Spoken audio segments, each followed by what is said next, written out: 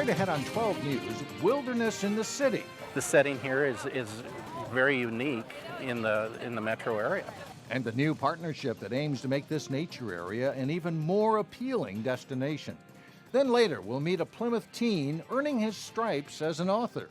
But first, local reaction to the ruling that provides a historic victory for gay rights. 12 News starts right now.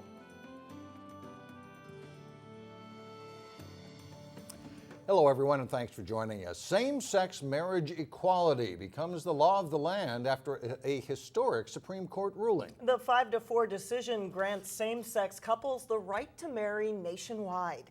In Minnesota, marriage equality became the law 2 years ago, but that didn't minimize the impact of the High Court's decision. It's like liberation. Howard Hallen never thought he would see nationwide marriage equality in his lifetime. It's amazing. It's just astounding. So quick. For Howard and his husband, Douglas Johnson, who have raised a family together for 22 years, the real victory came 2 years ago. When Minnesota passed same-sex marriage in 2013, Howard and Douglas were among the first to be married in the early morning hours of August 1st.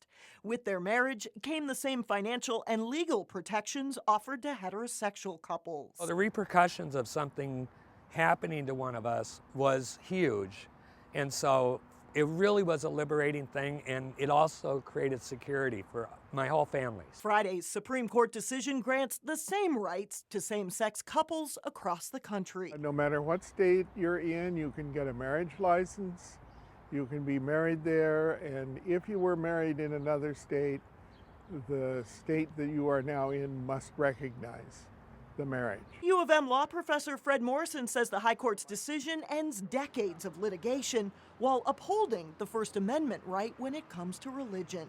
Court is very careful to call up the religious question, and it articulates its answer in terms of course, there are free speech rights for religions to articulate what they want.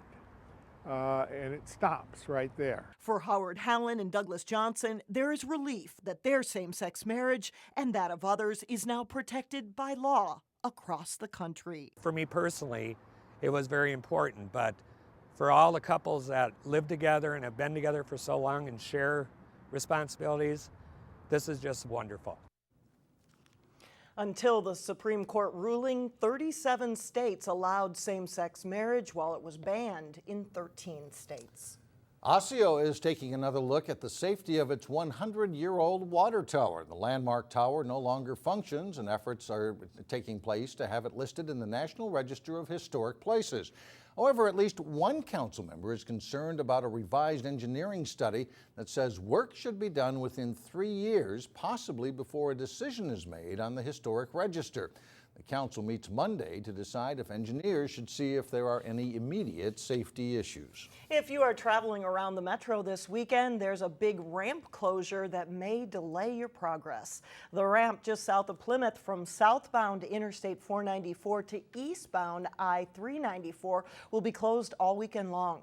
The closure takes effect at 10 tonight, that's Friday evening, and lasts until 5 a.m. Monday morning. Big changes are on the way for 67 acres of parkland connecting Robbinsdale and Golden Valley. The Three Rivers Park District has partnered with the two cities to bring outdoor education activities and a host of other amenities to Sochacki Park. Delane Cleveland has more. We're surrounded by trees and park and beautiful sky. If you're a lover of nature, we were excited when we heard Three Rivers was coming in. This June evening was cause for joy. This is very exciting for our community. As dozens gathered for a party in Robbinsdale's Sochacki Park for food, There you go. fun, and feather-covered friends. On his beak, he has a kind of notch on it, and he uses that to break the necks of his prey. They're here to celebrate a partnership between the Three Rivers Park District, Robbinsdale, and Golden Valley. Together, we're going to make this a nature experience for residents of the inner ring suburbs. The partnership combines 3 parks spanning 2 cities and merges them into one supersized Sochacki Park. Usually whatever the Three Rivers Park District touches turns to gold. I mean, they have fantastic programs, they have great educational activities for families. At this big kickoff event, this is a corn snake. They live in southern Minnesota. Three Rivers showcased some of those educational activities to let parkgoers know what to expect in the coming years. Oh, you're so brave. Much to the delight of people gathered here. I mean, we love to do all that. They both love the animals that are here tonight, and I think they'd love to do stuff like that. Nature activities aside, Three Rivers has plans to pave trails in the park later this year, build a small dog park in 2016, and do even more by the end of the decade. We've got money set aside in our comprehensive plan for the next 5 years to add investments here within the Sochacki Park. Investments that will make this wilderness in the city an even more appealing destination for people in the inner ring suburbs. Having something closer to home is always an advantage. In Robbinsdale, Delane Cleveland, 12 News. The 67-acre Sochacki Park is the first inner ring park in the Three Rivers Park system. Any future changes will depend on public input, and Three Rivers officials do hope to have students from local schools design sculptures or play areas for the park. We're looking at the first sign ever for OMNI Brewing. Bringing craft beer to the burbs is quickly coming together in Maple Grove. OMNI Brewing has nearly reached its $25,000 fundraising goal through its Kickstarter campaign. The money will help pay for taproom renovations at its location on Deerwood Lane. And Tuesday, the big brewing tanks are expected to arrive. OMNI Brewing hopes to open in late August. Coming up, an unusual discovery that turns into a children's book. You'll meet the teenage author from Plymouth up next. And then a little bit later in sports, local standouts are set for Saturday's Minnesota High School All-Star football game. But first, more warm sun. On Saturday, there also is a chance for nighttime thunderstorms. June is National Adopt a Shelter Cat Month. Which means it's the perfect time for a Wayzata student to launch his book about a cat rescue. It's a true story, and reporter Shannon Slatton tells us about it. So we were going for a walk to the park. When 14-year-old Justin Anderson took a walk around his neighborhood last summer, We just saw these cats at the edge of the woods. he discovered something unusual. When we found the cats, they were right here, right around this horseshoe. And what I was thinking at the time is, that looks out of place. They don't belong here. Justin and his family rescued a cat and her 3 kittens. The mom cat was really sick, and we have predators like coyotes and hawks, so things probably wouldn't have turned out well for them. All the while, Justin knew this rescue could be the beginning of a great story. I wanted to explore what it would be like from the orange cat's point of view. So when the cats went to a shelter, Justin kept checking in. We kind of fell in love with Stripes. She was the most affectionate of the litter. And Justin brought the orange cat, named Stripes, home. She's very playful and very affectionate, so she's always rubbing on you. Ooh. All the cats wound up finding homes, which gave Justin a happy ending for his book, Saving Stripes, A Kitty's Story. I was kind of waiting for a happy ending. Seems kind of strange, but there was a happy ending for all the kitties. But there's more. They did all the heavy lifting. They provided a safe place for them to be. That's when they called us, and we just decided we'd help out. All proceeds from the book will go to the Adopt a Pet shop in Plymouth. It is actually beyond remarkable. The nonprofit adoption center had a part in the mother cat's rehabilitation, and Justin is grateful. I think gratitude is part of it. They helped us every step of the way. Which means in real life, just like in the book, there's a happy ending for all involved. If it wasn't for them, this probably wouldn't have happened. In Plymouth, Shannon Slatton, 12 News.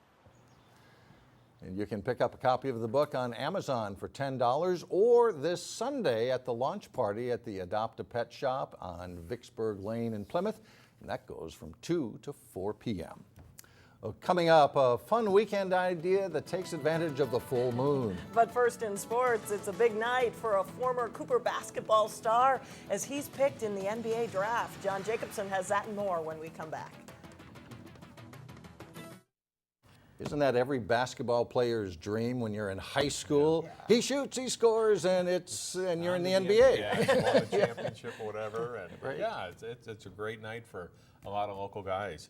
While the Timberwolves selection of Karl Anthony Towns and trade for former Apple Valley and Duke star Tyus Jones made the most local headlines, it was a big night for former Cooper high school star Rashad Vaughn. With the 17th pick in the 2015 NBA Draft, the Milwaukee Bucks select Rashad Vaughn. He's a first-rounder. Vaughn moves one state over after the Bucks made him the 17th pick in the NBA Draft. Vaughn played through his junior season of high school at Cooper before playing for a prep school in Las Vegas as a senior. He played only one season at Nevada, Las Vegas before a knee injury ended his season. Rashad reportedly had very solid workouts for a few teams, and he moved up to near the middle of the first round. While one level younger than American Legion baseball in the summer is VFW ball. Two local teams met up Thursday night as Champlin Park was at home to face Osseo. Bottom of the second, a fly ball hit to right center. Catch is made out there, and the throw to first in time to double the Champlin Park runner. Osseo gets the double play, keeping the game scoreless. But Osseo takes the lead in the top of the third. Adam Lanners grounds a single up the middle. And that hit scores two, and Osseo is up 2-0. Alex Haberman waits on a pitch here and drives it to deep left. This one will roll toward the fence for extra bases. Osseo gets two more runs on this hit and leads 4-0 in the third.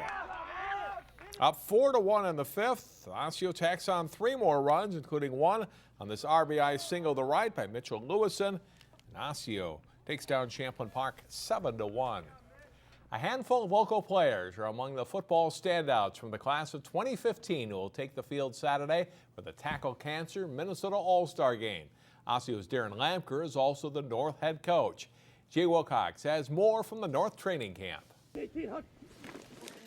All-Star Football Week really started a while back when the players were notified of their selection for the big game. I was happy. Lombardi called me down to his classroom and said he had to talk to me, and then he gave me the papers. It was just a great feeling that they picked me to be an All-Star. I'm really honored. I remember I was sleeping in, my dad woke me up and I had the letter that said I was part of the All-Star team, and I was just very happy to be selected. The North team features Maple Grove defensive back and wide receiver Adam Brandt and running back Clark Winicky, Osseo defensive lineman Jake Shopper, Breck offensive lineman Karsten Salveson, and a trio of Totino Grace players, running back Kez Flomo, defensive back and wide receiver Ben Mezzenga, and offensive lineman Mitchell Webb. The rivalries between Maple Grove, Osseo, and Grace were fierce the past two seasons. Teaming up took some getting used to. Yeah, first coming in, I was like, man, I'm rival with this guy, or I'm rival with this guy. I came in, got close to the guys. We just pretty much talked, we just bonded. I was like, man, why am I mad at this guy for? He's just hungry and playing hard as I did during the season. So that rivalry just broke down. We just game. It's funny because they feel you out right away. They're like, oh my gosh, you're from Osseo. You know, that was one of our rivalries, and all of a sudden after the second day we become best friends. So it's a great time to get to know everybody and have a lot of fun. It is an all-star game, but at game time they'll still be going hard Saturday afternoon. I think it's definitely going to be a real game, competitive. I mean, we all want to win out here, so if we're going to get after it, it's going to be a fun and competitive game. Come Saturday, they'll be ready for one last go-round as high school players. Jay Wilcox, 12 Sports. For one North All-Star from the area, it's a second straight week of All-Star competition. Totino Grace's Ben Mezzenga is wowing the coaches in practice on offense and defense. And just last week, he was suited up for the Metro West team in the Play Ball Minnesota All-Star Series. Mezzenga will play baseball in college for the Gophers. It's been a hectic but fun time. Well, baseball's not as much of a physical game as football is, so it wasn't that I was coming in here very physically drained or anything like that. It's more just kind of being away from home for this long because it was an overnight at the baseball All-Star game too. But it's so much fun still because all the guys hanging out in the dorm rooms and stuff, they make it fun, and it's been a great week and a half.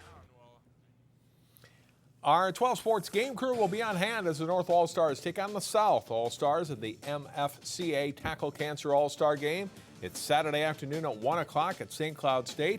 You can watch the game live on the web via live stream at 12.tv and catch the replays here on Channel 12 Monday at 10 p.m. and Tuesday night at 7. Should be a great game, and it sounds like nice weather Saturday afternoon for football. All right, thanks Sounds like a lot, fun. John. Great.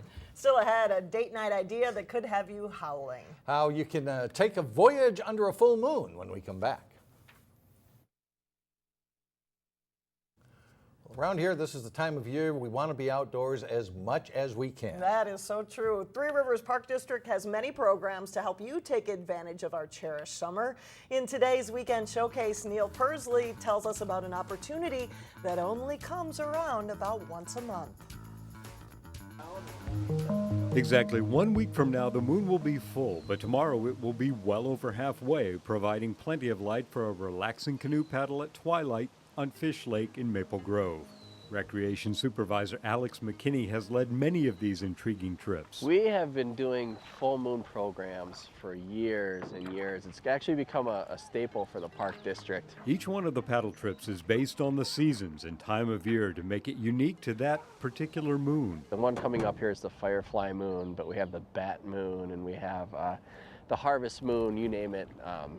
For each month of the year, we'll pick a different theme. Right, I know it's not exactly twilight, but it's getting really close. If you come out to Fish Lake Park this Saturday for Paddle by the Light of the Full Moon, you'll have over 244 acres of water to explore. The parks have a whole different atmosphere at night, and it's really cool to be in. We come out at sunset for these, so a lot of times you'll see deer, you'll see fox, you'll see muskrats, you'll see beavers. Critters? You'll see a lot of great blue herons along the shorelines. The trips are 2 hours long and begin at 8 p.m. They're led by experienced park staff and open to paddlers of all skill levels.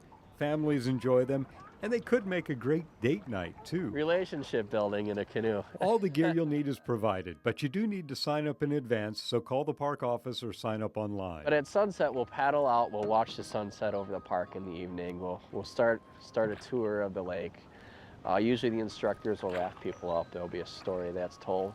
And then usually about an hour in, we'll watch the moon rise. If you missed the paddle trip at Fish Lake this Saturday, our next full moon is July 31st, and Three Rivers will have paddle trips at 3 other lakes around the area at the end of July. For Weekend Showcase, I'm Neil Persley, 12 News.